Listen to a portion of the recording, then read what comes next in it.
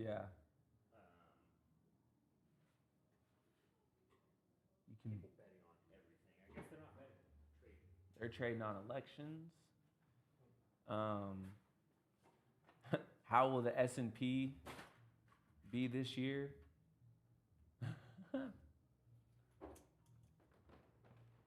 Entertainment has always been funny to me. It's like who's gonna win what A lot Oscar? of the Oscar stuff I saw. Yeah. Yeah. Who will announce a new tour this year?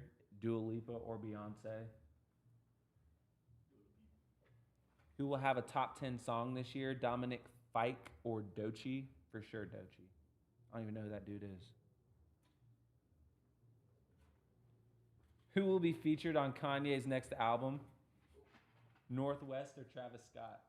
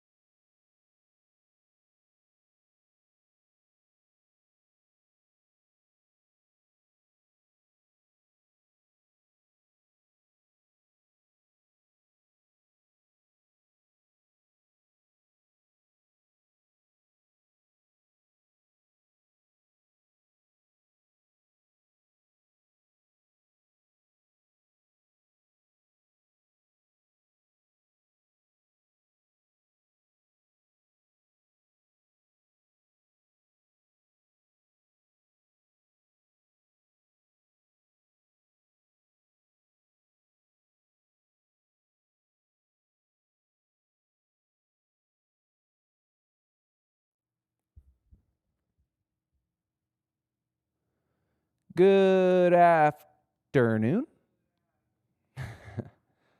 How's everybody doing? I hope well. Welcome to another episode of Rodney Anderson Live. Brought to you by Sooner Sports Properties, powered by One Oklahoma. Vibes. Yeah, Brought to you by Vibes. just brought to you by Fives. No, Vibes. Vibes. I was like Fives. Okay, I'm just gonna roll with I it. don't know what Vibes is. Yeah. Brought to you by Good Vibes and Good Conversation. How's everybody doing? This is a show where we talk about, all things OU sports. Football, basketball, baseball, softball, all the things. I take questions, comments, concerns. We can even get personal with it, but I am not a licensed therapist.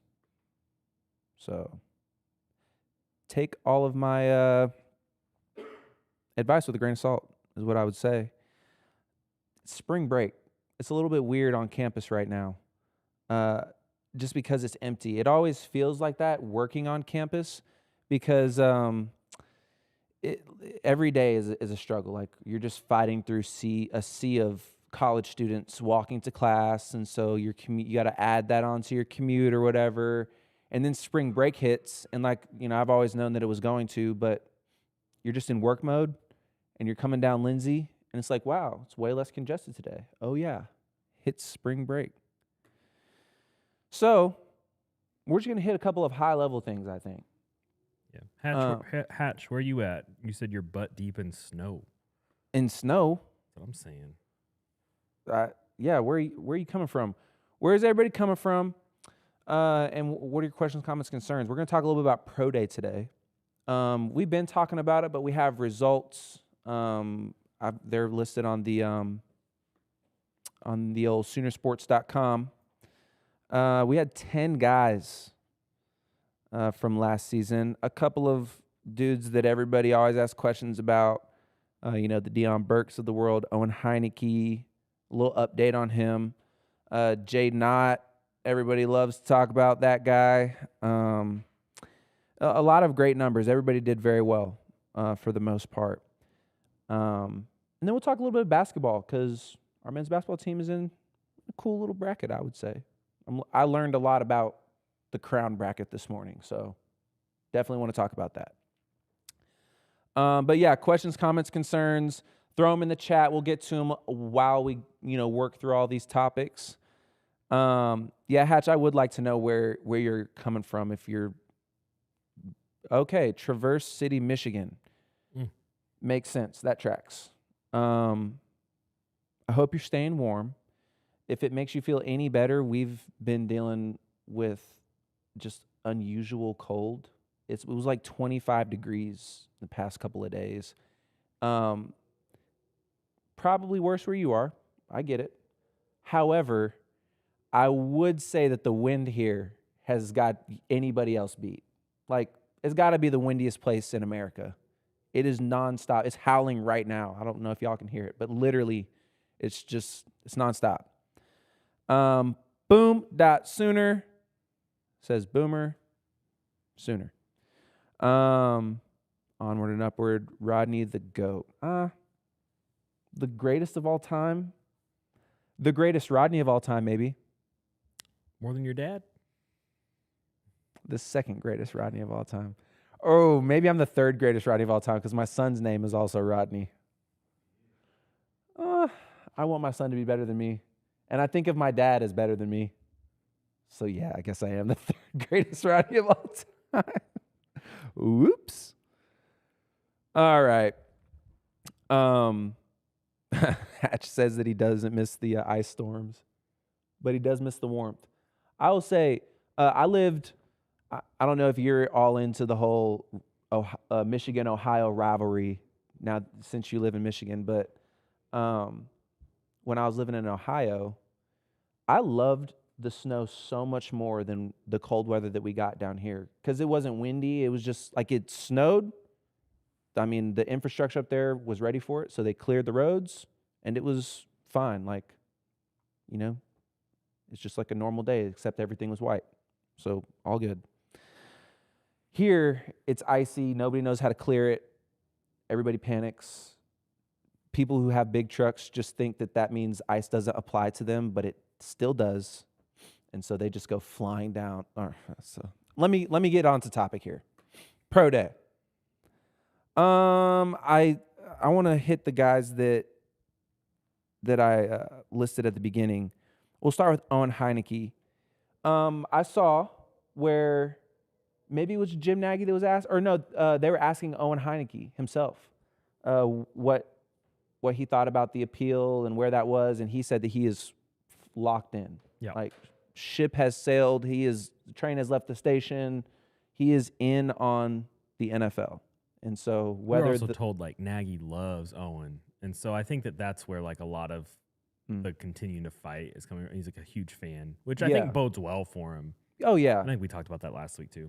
Yeah, no, just having Jim in your corner, in Owen's corner, is a huge plus as he takes, more and more steps towards the NFL, because Jim Nagy's name does hold weight in those conversations. So I think Owen, would I have loved for the NCAA to just do the right thing? Yeah. And would it have been super fun to see Owen Heineke in a crimson and cream uniform again for this next year? For sure. But I have all, the faith in him at the next level, and I wish him nothing but the best. I think he's going to do great.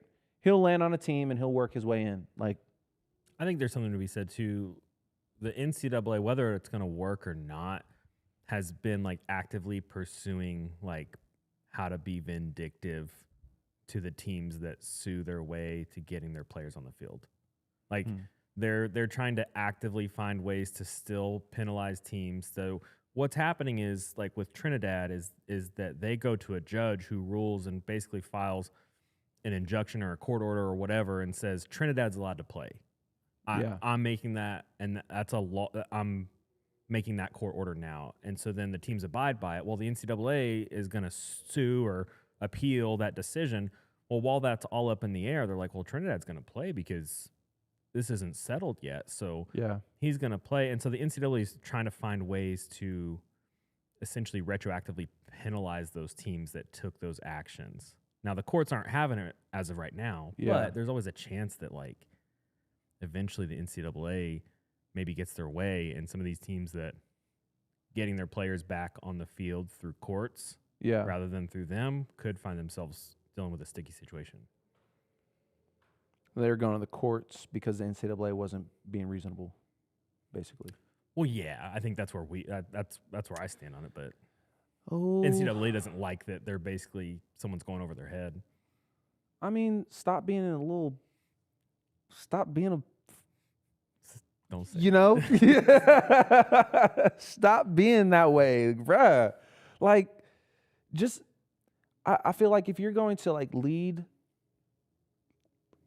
the NCAA, like if you're the NCAA and you're leading all of these coaches, schools, players, like we're looking to you as the lead. You've got to listen to the people a little bit. Like you can't just have your way and be greedy. It almost seems like ever since NIL has been a thing, they've just been retroactively trying to punish everybody because they're losing money. And it's like, that's why people are going to start seceding from you. That's why you national communists against athletes. In the wise words of Brian Bosworth. That's what I like for Owen. Like, I like that his front office is fighting for him. Yeah. But at the end of the day, like, if he's going to get to the league, then that's a really cool story, too, because he was a walk-on former lacrosse player who's now going to be in the league. Insane. I wish I would have asked him did we ask him if he still considers himself a lacrosse player? I want to say you asked him if he was a lacrosse player who plays football or if he's a football player who plays lacrosse. Or that may have been Rocky about basketball. I asked that question a lot. He said he was a football player playing lacrosse. Yeah. Because I think he said he was a lot more physical than probably. Oh, yeah, that's right. Because I was all interested in, like, how lacrosse even works. And I think he just wanted to go over the middle and hit somebody. Yeah, he said that I was surprised because I thought lacrosse was going to be more physical than football because you have the sticks. And, like, I'm thinking you can hit people with the sticks. But he was like, nah, football is way more physical, way more aggressive. And so, all right. He did great.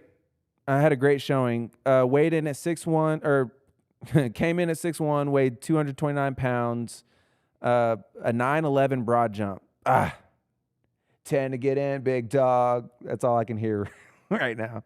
9'11" is still a phenomenal jump, though. Verticals, 34.5. 4.640. It's all right. I mean, you don't have to be the fastest player on the field to be a linebacker. It's just an all right time. 4.25 shuttle, 7.15 3 cone. I got made fun of in the comments for calling it the 3 cone. No, did you click on it? I saw that too. It was Jordan Thomas, who's his profile said record setter for the 3 cone. He's a cornerback here. Yeah. He was like one of my first friends here. He's from Houston also. Yeah. Played somewhere in Cyprus. I thought he was clowning me because I called it 3 cone, but I thought that's what you call it. No, his profile said 3 cone, like combine record holder or something like that. Oh. So he called it 3 cone too. I think he's just bringing like, hey, don't forget. Oh, bringing it up. Okay, I read that. Don't forget who had the fastest. Yeah, I wasn't trying to say he definitely still holds the record. I have a bad habit of just reading comments and text messages, even email. Like, I read them with the wrong tone all the time, like consistently. I need to work on that. Okay, yeah, Owen Heineke did great. Deion Burks, I'm very excited to see where he lands. I'm very, very excited to see where he lands. The 4.30 is what it's listed on Soonersports.com. What was his official combine? 4.30. It was 4.30? That's his combine number. Oh, okay. The only pro day or the shuttle and the 3 cone. Shuttle's impressive. 4.19. which is the best on here by a lot. A lot of his numbers are the best I'm looking through now. Closest to him is Robert Spears with the 4.32, but everything else, he's just he was the best athlete at Pro Day, for sure. In terms of numbers. Jumped out the gym too. Dion Burks is 5'9". He jumped 42.5 inches. Like, he could clear me. Was that 3.5 feet? Yeah. That's... I don't think people understand. Does it? I don't know. Like, And I say that's 3.5 feet straight legs, right? yeah. Like that's not Like, even him. Like straight legs in the Yeah. air. That's how much distance is between the ground and the bottom of your feet. It's, man, bruh. Let's see. I'm sorry. I'm reading through the comments, making sure I'm not leaving anybody behind. Wes Stark, my Blanchard peeps. Greenleaf Nutrition, right next to Main Street, next to 10 Arrows. What's up, Uriah? Hope everything's good, dog. And the Realist.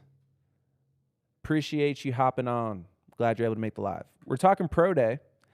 We're just kind of going through everybody's stats. Who was in? All right, let's go ahead and knock Jade Knott out of this conversation real quick. I know people are going to start asking about him. People have opinions on him too. He's been a hot topic here post last season, just because, obvious reasons. Very high profile guy, didn't play as much or nearly at all, as much as everybody thought he was going to, and now he's just lighting up the postseason. Shined in the Reese's Senior Bowl, has been shining in the Pro Day and all of his testing meetings and things like that. And one thing I like to keep pointing out, he consistently seems to be a part of the squad. Like, the guys that he's training with, the guys that he's doing Pro Day with, like, he seems like they're all dapping each other up. It's good vibes, no bad blood.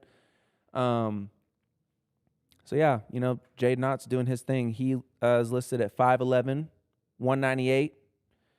Let's see. Broad jump was 10-11. 10 to get in. So he got in.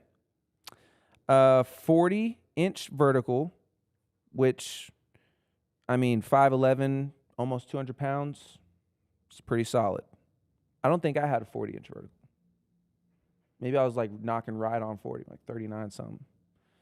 4.46 honestly was kind of surprising to me. I thought it was going to be a little bit faster.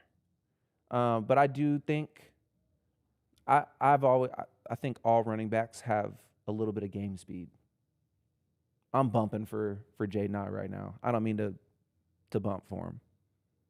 I think he's probably a little bit faster than that though. 4.31 in the shuttle. 7.19 the 3-cone. Okay, so he was close to Dion. But you would expect that from a running back, shifty, low to the ground, good center of gravity. I think Jade Knott's going to get drafted, like way higher than what probably the Sooner Nation thinks that he's going to be drafted at. He's a good talent, guys. Sorry. The Realist, it's a little sus, bruh. Man, Mateer's looking thick with like 4 C's. we had some people in doing some coverage of the combine or the Pro Day, and this was their first time seeing John in person. They're like, "Dang, he runs because he runs the ball. Mm-hmm. He's physical. They're like, he's bigger than I thought he was going to be." I think that's generally what people say when they see him in person for the first time. I think TV slims him up a little bit. Not that he's at all like out of shape. We're saying like he's a big guy, like he's a thicker guy. You wouldn't expect to see as much muscle mass on him as you do when he walks up. Yeah, he carries it well. He's a good runner. Not that I want him to run all the time. That's a whole other conversation. I'm not against the QB run. I just don't think we should be at all leaning on the QB run. But that is a conversation for another time. I'm not going to get down that rabbit hole. Yes, the realist, I agree with you. He looks very strong. And I know that's how you meant it. I'm just messing around. All right, let's go to Robert Spears because he surprised me with the speed. Ran the 4.32 in the combine at 6'1", 207. That's a safety that's going to hurt when he comes downhill. That's explosiveness at its best right there. That's a quarterback thought it was open, threw it to a window. Like, oh, where'd that guy come from? Exactly. That is exactly what it is right there. Nah, I think I like going through these stats. I just really feel we had a great showing this year and a great group of guys too. And I think somebody had mentioned it. Yeah, Will Smith. It seems OU is setting the standard for a front office in the NCAA. Like, I think our guys that went to the combine and went to pro day, competed, I think they had a huge leg up because of our front office. The things that they're doing to get them ready for those conversations, those drills. I mean, the guy at the head of that front office is Jim Nagy, who has been around this stuff his entire professional career. Probably his whole life. I don't know what he did before, like coming out of college, but I'm sure it was sports geared. And it's only been that more and more every year. So, him pouring into our guys that are taking that next step to the next level is just, it's the best. Like, it's a huge leg up. So I will tell you, this whole process is stressful. And this might be the most, like, all their, like, real competitive work is done. They're just waiting to get drafted at this point. And this right here might be the most stressful part of it all. Because you're still training, but for what really? Yeah, the NFL, I get it. Yep. But what team? Where are you going? Who are your teammates? There's still so many unanswered questions that you just have to be patient for while you sit there and lift heavy things and run really fast, catch, routes and stuff.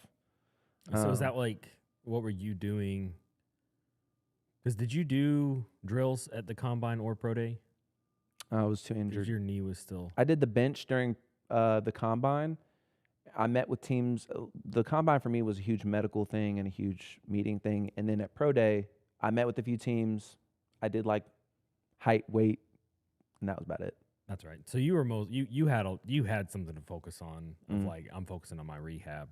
Yeah, my knee was first and foremost everyday rehab, but I was also trying to stay strong too. It was really hard to like rehab my knee to a point where I needed it, but also stay in shape, like getting conditioned too. Because once I showed up to OTAs, like it was time to run sprints and make times, and so it was weird being hurt going through this whole thing, but it was what it was. I think I did want to talk about a little bit of a sleeper in here. Keontae Lewis. Big Keontae fan. Yeah, I really wish that whole north end zone thing didn't happen, because early in the season, those first 3 games, boy, it looked like that was the answer. It looked like John Mateer to Keontae Lewis. We'll hand it off here a few times. Boom. But, it happened. Again, an example of a guy that there was some circumstance that happened, didn't get to shine as much as we probably thought he was going to, but gets to come out here during pro day, jumps at 10.3. The vertical was 34, but he's 6'1". He goes up. He's high. He's a good high pointer, strong hands. 4.58, which is fine as long as you're a good route runner, which he is. I think you can get away with 4.5 all day in the league. What does A.J. Brown run? We were talking about BG is a huge Eagles fan, and we were talking about the Hollywood Brown trade that just happened. Hollywood to the Eagles. Yep. Oh, Hollywood at in Philadelphia now, and so A.J. Brown comes up. I brought him up because I was like, A.J. Brown is not as fast as Hollywood. I don't think A.J. Brown is very fast at all. Am I right? 4.49. Okay. I mean, that was 7 years ago, but 4.49 at the combine. I'm not gonna lie, that was faster than what I was expecting to hear. So okay, I'll take it back about A.J. Brown. He's faster than I thought. I still think he's a better route runner than he is a speed guy. But anyways, congrats to Hollywood. I hope you connect on many a passes from Jalen Hurts. Oh, and Kyler's with the Vikings now. Yeah. That also happened this past week. That'd be a good one, I think. I'm excited. Did you see a lot of his stuff from like childhood? Yeah, like on the Vikings as a Yeah. kid. That was always like it's chef's kiss whenever something like that can happen. I was on the Buccaneers when I was a kid. And so like the Bucs was always a team that I wanted to be on. The little league team that I played on the longest was the Longhorns. The Cypress Longhorns. Rod, what are you doing? Say it ain't so. No, but straight up, that is the only reason that I had any interest in UT when I was growing up. And then I was recruited by Mac Brown a little bit. And so it would have been cool to see that full circle, but I'm glad that I didn't. That would have been terrible. Let's see. Sean, thanks for hopping in. Hoping Canick gets on practice squad. Kid gives 100%, and I think he can be special on special teams. I think that's exactly the path for Jaren. Have we gone through his stats yet from Pro Day? No, I was a little surprised he's listed at 6'2", 235. I think he is 6'2", though. He's taller than me, isn't he? I'm like barely 6'1". It's not even a true 6'1". It's like 6'3". I'm pretty sure he's got probably an inch on me. But it is surprising because I think out there, especially in his position group, like what it looks like now, a lot of tight ends are just huge. We got 6'8" and 6'5" in the room right now. Jaren is 6'2", which is not short, but when he's out there standing next to 6'8", kind of looks that way. But not 235, that's strong. So I think I agree with Sean. I think that is exactly his path. He's going to be a practice squad guy that earns a spot. Like they'll move him up, which you can eat for years and years and years as a practice squad guy and or special teams guy. I need to stop bringing this up until I remember his name, but there was a guy on the Bengals. He had just got there the same time I did, and I think he had left like halfway through that season to go be a special teams player on another team. But that was his thing. Like, you need a gunner, you call that guy. And he just hops around to different teams all season, and then that's it. Then he just waits until his agent calls him for the next team. So I don't know. Like, I hope it does get a little bit more sticky for him, like where he stays at a place. Obviously, like you don't want your guys running all over the place, but all over the nation. But yeah, he's going to have a good career in the NFL. Robert Polson, what position group do you see the most improved for 2026 tight ends? Like, well, most improved is the question. I'm most excited for the tight ends. Most improved. It's quarterbacks. Healthy John Mateer. Yeah. I might still stick with tight ends, though. Nah, I bet you're right. Because I'm not going to lie. The most improved, we had a lot to improve on at quarterback, but I think we've come to the conclusion, or at least I have, that it's not all the QB. You know, there's a lot of outside factors that The fact that our O-line took so long to come along. You lose Keontez Lewis, like here's your main target throughout the first 3 games, and then you lose him. Uncontrollable thumb injury. That's maybe the QB position is the most improved just because we're going into a healthy thumb. Year 2 of the offense. Year 2, yeah. A lot of the get the kinks worked out. O-line, kind of mesh a little bit more. Yeah. I'm super high on the tight ends just because I feel that they weren't utilized as much last year, and not because I don't think it was because of the coach or any talent that we had in the room. We needed them to be very heavily incorporated in the run game, and so that kind of takes their shine in the passing game. A tight end is so useful these days in the red zone and goal line situations for the pass game and the run game too. I think the guys that we have now, I think, will help tremendously in the run game as well as open up the pass game in the red zone. So I'm very excited to see the tight ends. Big guys, big targets, physical bodies. I'm excited to see him in the run game too. Help open that up. So, where's Albert O nowadays? Who's Albert O? I don't know. I was hoping you'd know. I feel like this might be one of those things like where I should know, and I'm gonna get clowned here in a second. Sean, who's Albert O? Just rip the Band-Aid off. Tell us.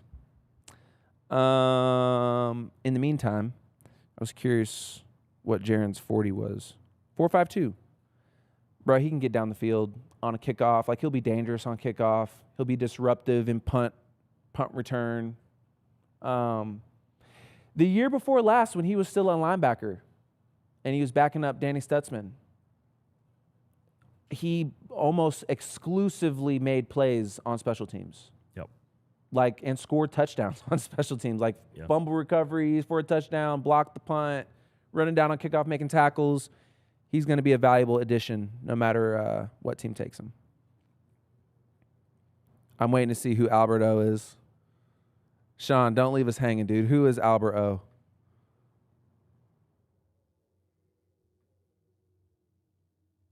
Or is he saying Alberto? I still don't know who Alberto is. Okay. Let me see if I'm missing anybody. Oh, no, I want to talk about Fabechi. Wee woo. 6'4", 316 pounds. At 316 pounds, he jumped 8 feet 9 inches. At 316 pounds, he jumped 24 inches into the air. And at 316 pounds, he ran 40 yards in 5.3 seconds. That's pretty good.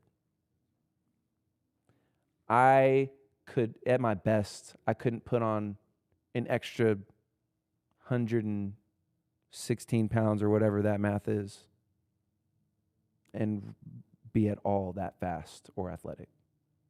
And put up 29 on the bench. Like, that's strong too. Oh, I didn't even see the bench numbers over here. These are some of the most fun numbers. Oh, yeah, 29. Insane. Do we have anybody hit 30? Oh, yeah, no. Dominic Williams, a 30-piece.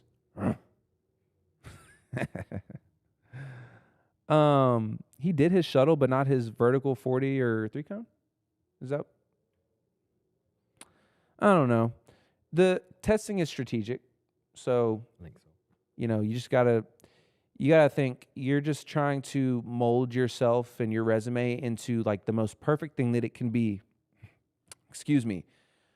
While these teams have their eyes on you, and so if you think you have better chances by not doing something, more power to you. He's a guy too that I feel will land somewhere. He might not go super high. He might go undrafted. But I think it's always been kind of a hard path for the interior D-line. It's unless there's unless you're just putting up crazy numbers, you're probably it's just positions that are outshining you. A thankless position, if you will.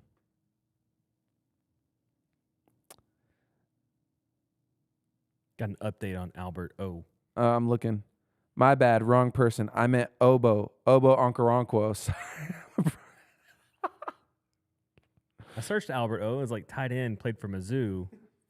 It's like I don't know. But, yeah. That's funny. You know where Where's plays Obo for? nowadays? I ran into him a year and a half ago. He was with the Texans going into his 9th year, I think. And I don't think he'd be upset with me saying this. Obo was a phenomenal athlete, and so don't take me wrong. I just think he's kind of over it now. Like my body's, I'm ready for retirement. You know, I think he even referred to himself as like he's just that vet in the locker room that's like pretty much a coach, and so, which honestly, if you can get to that phase of football in your career, where you're the vet that's just kind of like, you know, you exist and you make plays still, that's kind of where you want to be. 9 years in the league too. That might not make sense. Nah, 2018 5th round pick. So it's definitely not 9. Goodness, this is bad. 8. So I guess a year ago he would have been going into his 8th. Going into his 8th this year. So you would have caught him going into his 7th. His 7th. Okay. You know who he plays for now? Who? The Birds.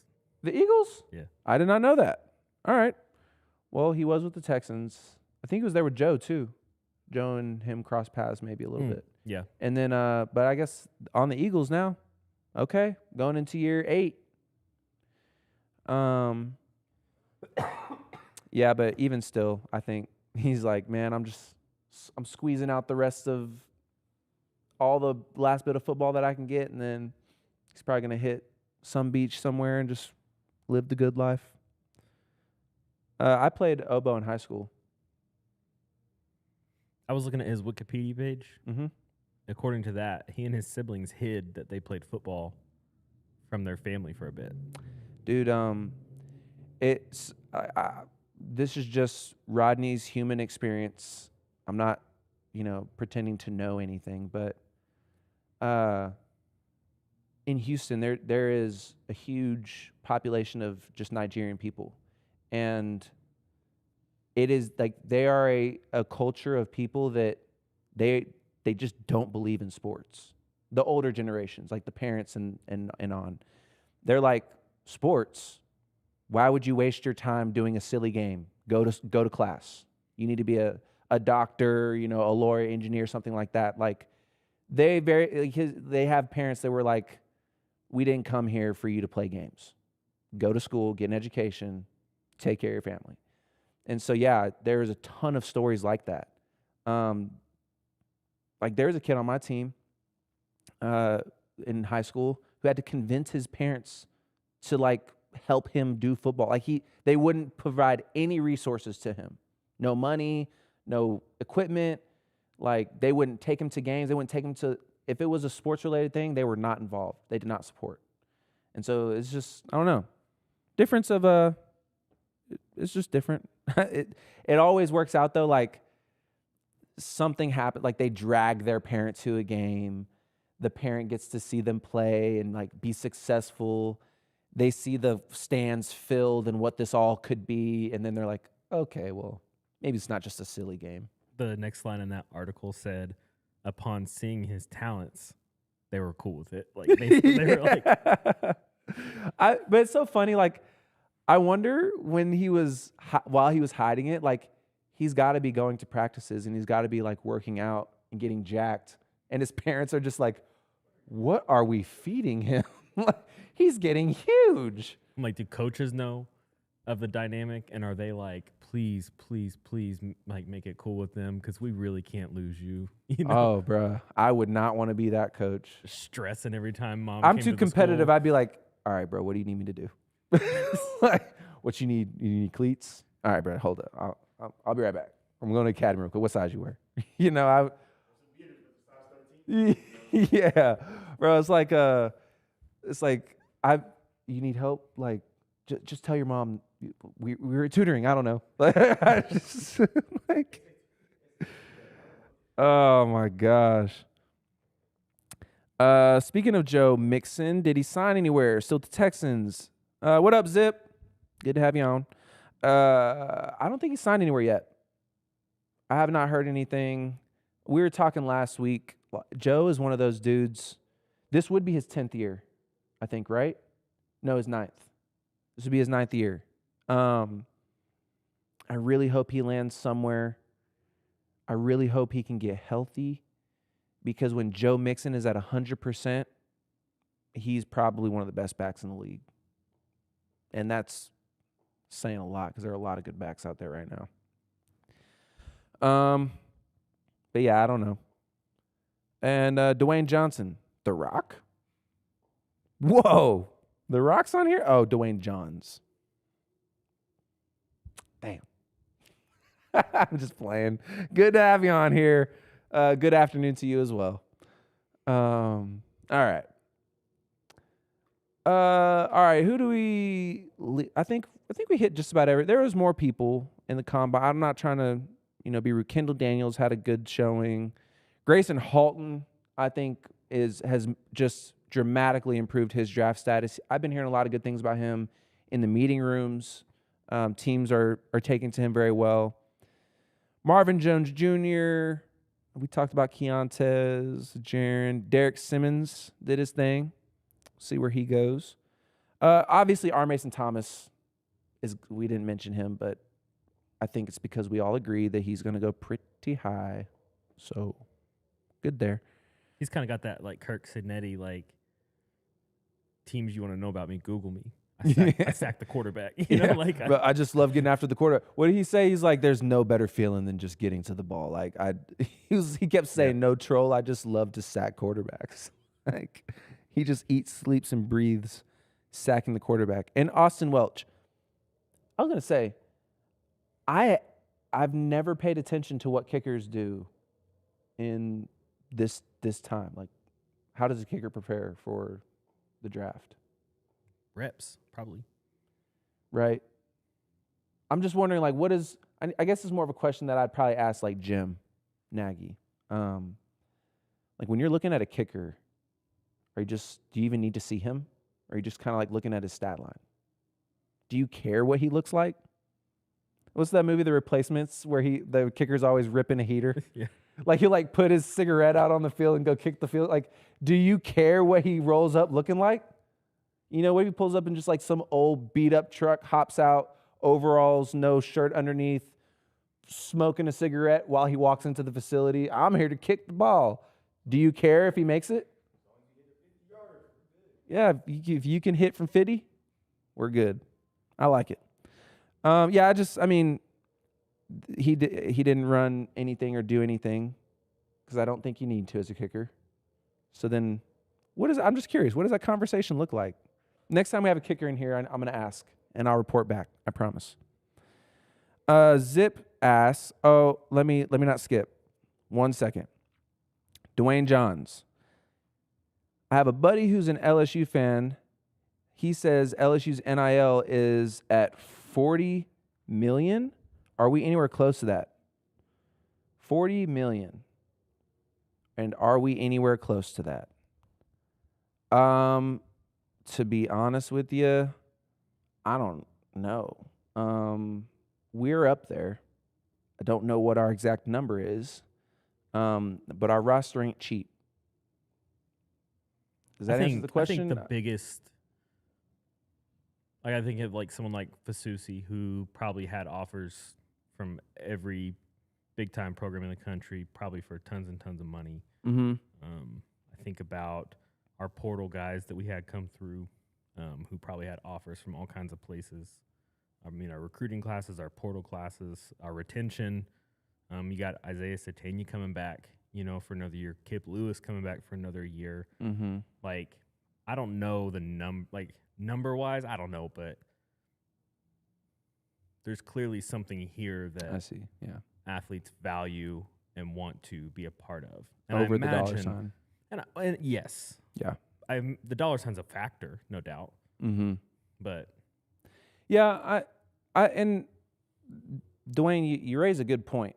Like, there are teams out there that are just throwing money around. Like, they're gathering up as much money as they possibly can, pulling from things that, they're probably hurting themselves just to fuel a beast that is a football program or something like that. And maybe it works for them. I think Brandon's point that I agree with is we're able to retain guys, and don't get it twisted. Like, we're paying them and they're happy with it. But more than that, I think that there is something intangible that BV brings to the table that, they're looking at other situations that might be more money on the table, but it's like, but that's not a better situation for me. And so, I think that's the position that we want to be in. Those are the type of players that we want on the squad.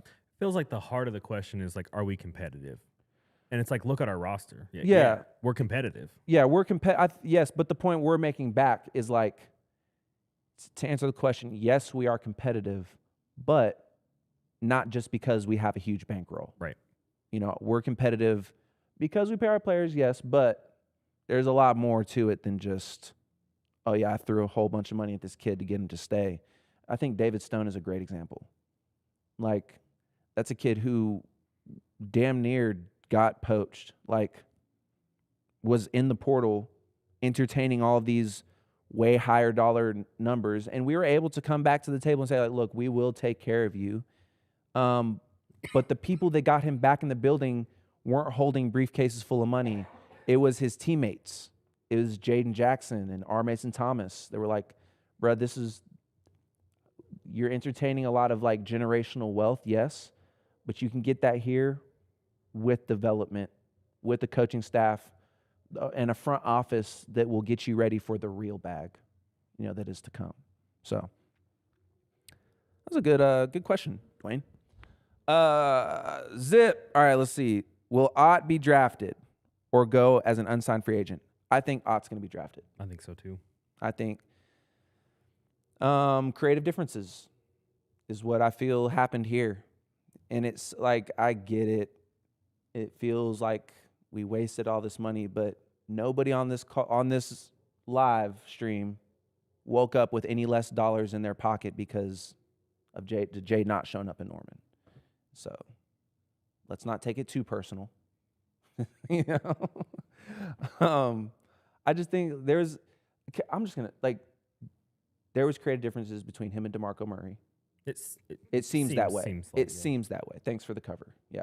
I'm not saying that for fact, but it just seems like they just kept missing. It didn't seem like it was anything like dramatic. They just didn't, there's creative differences. And so, he says, I wish Ott well. I do too. I hate that he's getting a bunch of hate. And, it's never fun to see student athletes. I'll say this, even if a student athlete kind of deserves it, it's never fun to see them getting hate because it ends up becoming, it's always goes overboard. It's always too much. At the end of the day, what he's maybe 22. That's on the high end. He might be 20. He might be 21, So, yeah. Wish him well. Doe. Hey, RJ. Hey, buddy. My wife just hopped in here, and she's watching with my son. He's big on the duh sound. He always says doe. Hey, RJ. Hey, buddy. All right, back to business. Okie Trades. Y'all see those robots that run routes that match the wide receiver speed based off of GPS? You could use that for the QB's timing when the wide receivers are too sore to get in extra.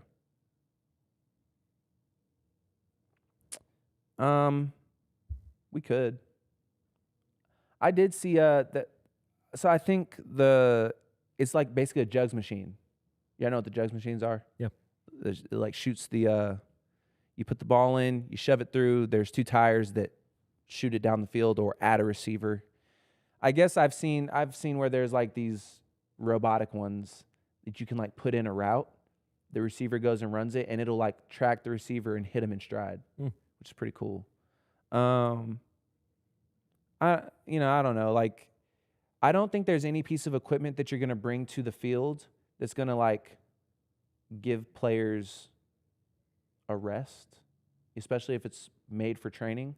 Probably get most of that rehab or that type of work in the training room. But I don't know, like it could be, I could see it used to give the QBs a rest. Is that what he said?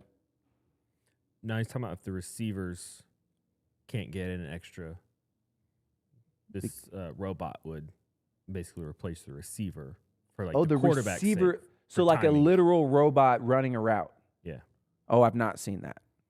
If Okie trades, if you can send a video or something of a robot running a route and catching the ball, that'd be interesting. I don't know if it's catching as much as it's just. I think just it's hitting like, the it's like target. one of those like Oh, those big dummies that just like are on wheels. that kind of wobble. Yeah, because you see it around. It looks like Oh, okay. RC car. I could see that. I went straight into the future, didn't I? I took that all the way to freaking I Am Robot or iRobot. Yeah. I mixed up the movies I Am Legend and iRobot. I Am Robot. Both Will Smith movies. Yeah, I don't know. That's interesting. I don't know. I don't know if I trust the whole robot. Like robots in the home, robots in the facility. I don't know.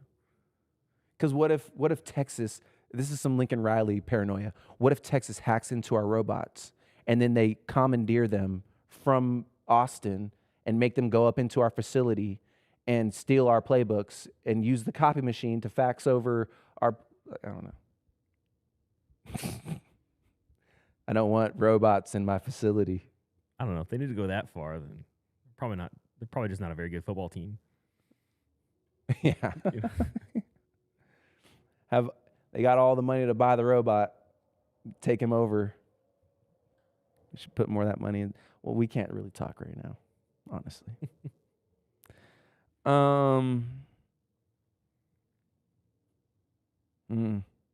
I hope they do that same spending for basketball as well, says Dwayne. Let's finish with this. Yeah. Yeah, that's a great Segue. Thanks. The word in my head was caveat, and I knew that wasn't it. Yeah, great segue into this new.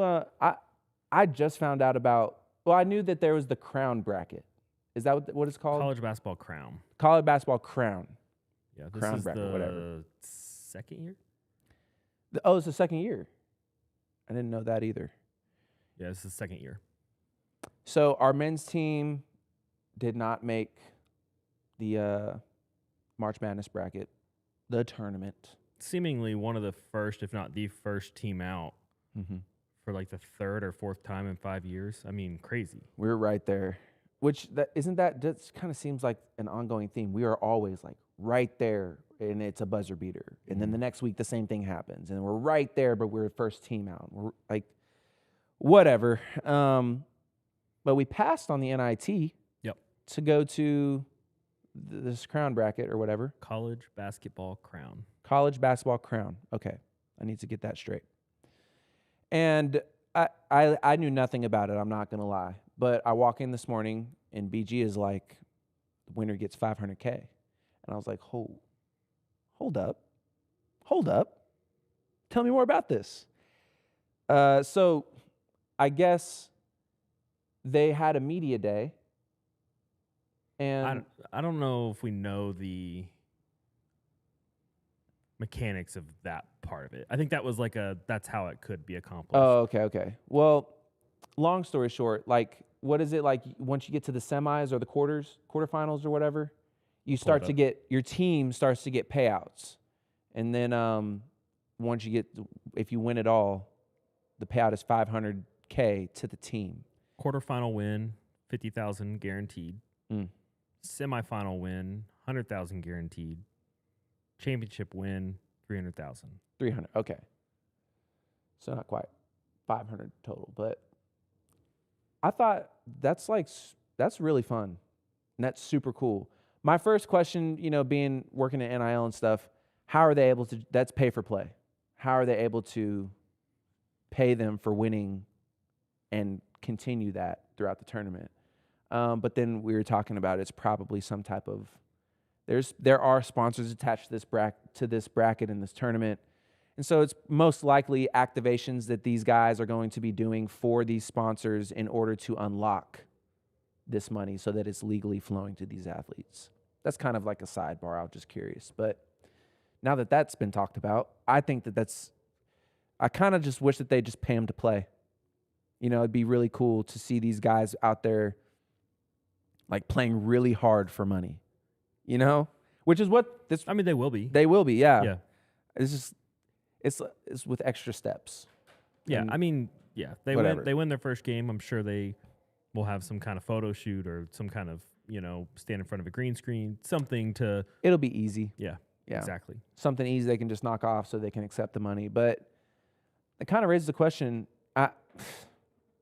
do you think, just the way my mind works, I would much rather watch the college basketball crown now. I'm still going to watch March Madness and the original, whatever, NCAA tournament. But I don't know, like, these cats playing for money, I'll say it like this, and I was not a basketball athlete, I didn't train, so it didn't mean as much to me. That sport doesn't mean as much to me. But if you're asking me, I'd rather go play for money than a trophy. And so I wonder if we see the NCAA start to be like, well, no. We'll pay you too. What if teams start hurting for money so bad that they're like, nah, we got to go play for it. We'd rather go play. We don't want to be in here. That probably would. Choosing it instead of? Yeah, that's what I'm saying. That'd be crazy. What would be really crazy if the NCAA got into they had to pay so for years and years and years and years from your inception, you don't pay players. You then say that it's okay, but leave everybody out there with no flotation device. Like, just let us all drown, figure out our own mess, and then you get pigeonholed into paying players anyways, just so that they'll come back and play your tournament. I hope it happens like that just because I can't stand the NCAA for what they did to my boy Owen. I'm never going to let that go. I'm going to die on that hill.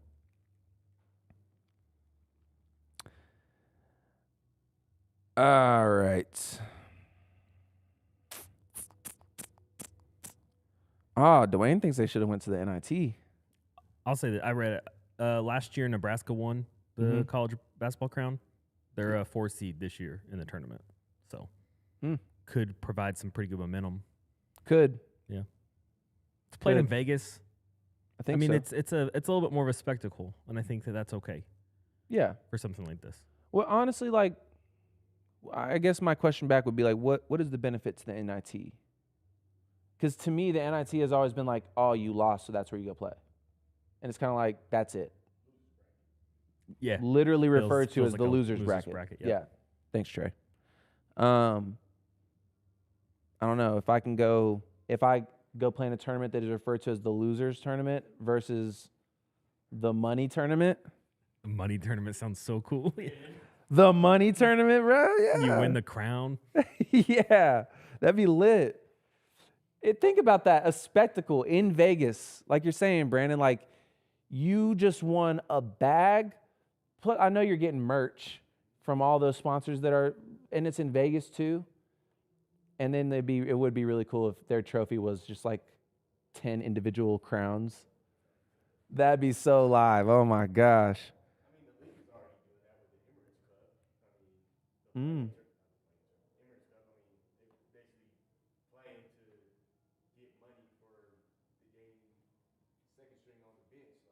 Mm. You win this Emirates Cup in Vegas that the league's already putting on, and you get money for it. It's basically just copying the league. Yeah, I think the more we can do that, play for money in legal ways. Let's keep it in check. Yeah, but I mean, it's just gonna make it more competitive. It's gonna make it more exciting. Like, I did my absolute best in 2017 to score as many touchdowns as I could. If I knew I was going to get a fat check at the end of the season too, I'd have found a way to score a few more. You know what I mean? Like, I'd have worked it out. I don't know what plays those would have been, but I'd have figured it out. Man. Yeah, I wonder how many more touchdowns are scored in the 2016 Tech Showdown. Like, if there's money on that game for the players, oh my gosh. Oh, it probably doesn't. It might not even be that high scoring at that point. I don't know. Anyways, I think everybody can agree that it's cool that these players keep getting opportunities to shine and be in big moments. Terry T says boomer. To that I say sooner. And to that I also say thank you, everybody, for hopping on. Spring break, we're going to get out of here. Be looking for some more transfer portal interviews dropping. I was able to sit down with all of our new transfer portal guys and chop it up with them for 10, 15 minutes. We'll be dropping those. Also going to be doing some film breakdowns. Had Bishop Thomas in to break down some of his old tape. It's a fun dude, bruh. I'm excited to see Bishop Thomas. And then as well as the double take, you'll see some episodes dropping weekly as promised. And so, again,